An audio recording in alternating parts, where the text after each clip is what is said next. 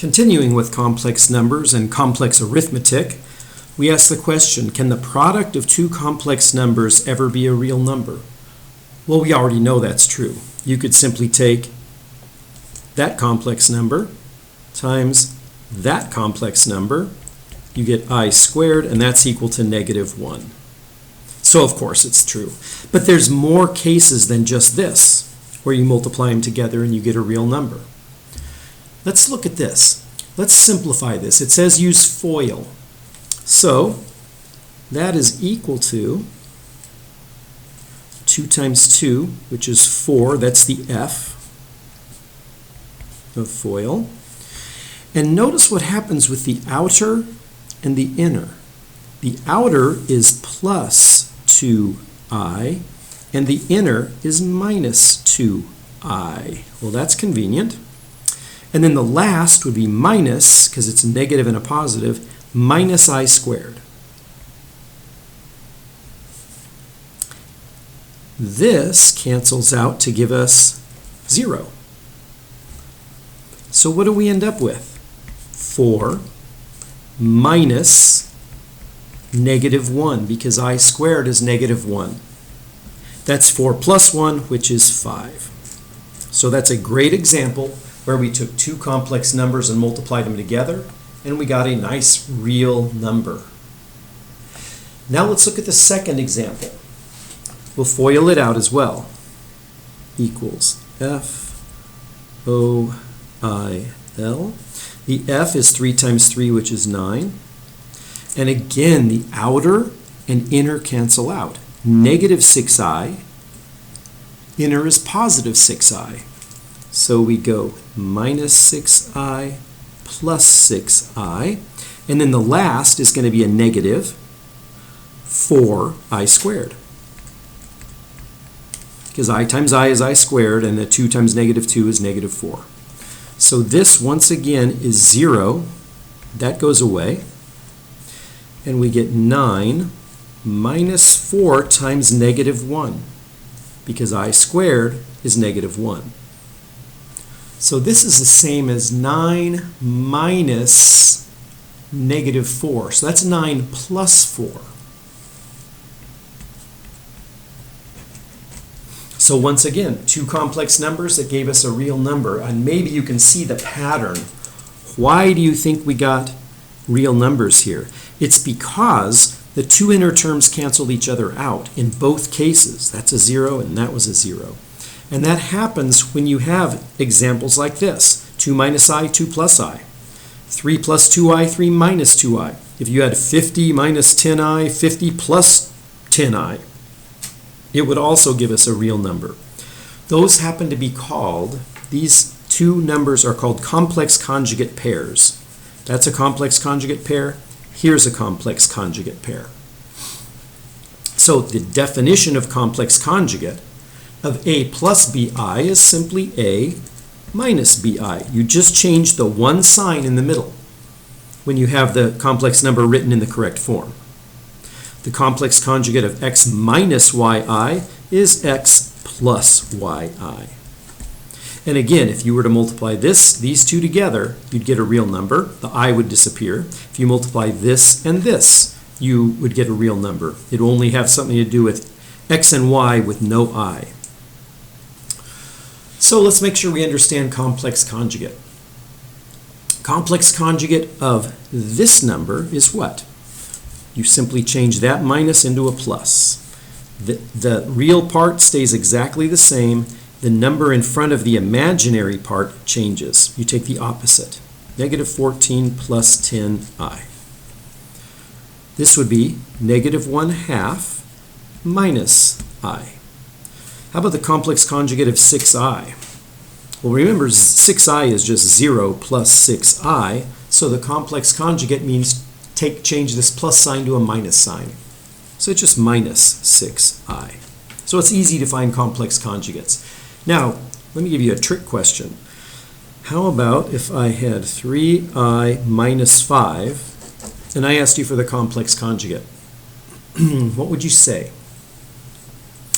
Well, don't change this minus sign to a plus. Notice this is not in the correct form. This is not in the standard form. This is equal to negative 5 plus 3i. Now we can get the complex conjugate. All you do is change this plus sign into a minus sign. The complex conjugate would be negative 5 minus 3i. Okay, based upon that, can we figure out what to put in this blank here? If you multiply a complex conjugate pair, like this and this, and this and this, this and this, the product is going to be every single time, like these examples up here, a real number every single time. So, real number.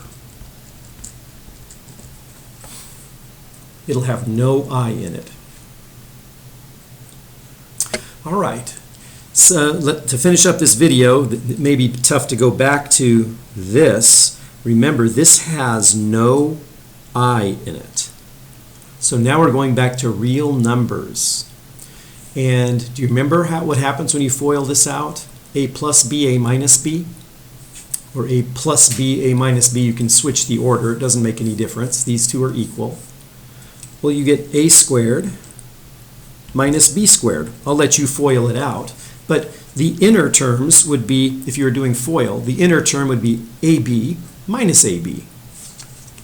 Here it would be negative AB plus AB. So the inner terms canceled out. You just get the first, which is A squared, and then the last, which is multiplying the last, you get minus B squared. Another way to look at it is if you start with this in real numbers, it's the difference of two perfect squares, and to factor it, you get A plus B, A minus B. Well, it's going to be a little bit different in this case. Now we're talking about multiplying together two complex conjugate, one complex conjugate pair. A minus BI and A plus BI are complex conjugates, and it doesn't matter which order you can switch them based upon the commutative law of multiplication. So this is clearly equal to this. We just switch the order. If you FOIL this out, you're going to get an A squared. That's the first. Now the outer and inner cancel out completely. Negative ABI plus ABI. Or if it's over here, it's ABI minus ABI.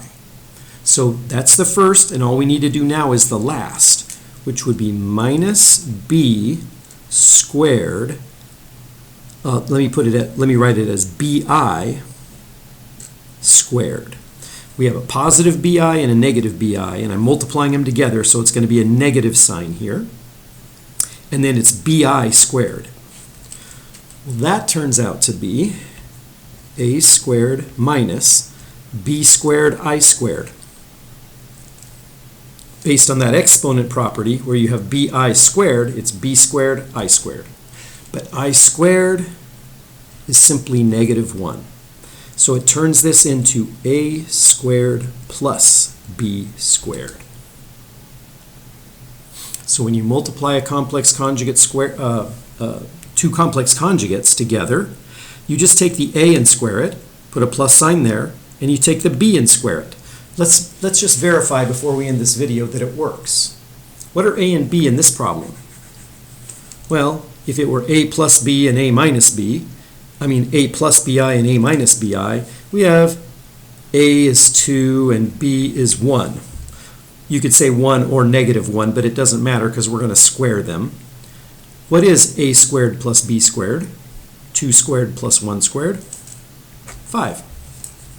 On the next one, we have a 3 and a 2 for the real part and the imaginary part. What is 3 squared plus 2 squared? 9 and 4, 13. Exactly. So when you have a complex conjugate pair, if you remember this shortcut, you can maybe save yourself a few seconds in getting the answer. Let me do one more.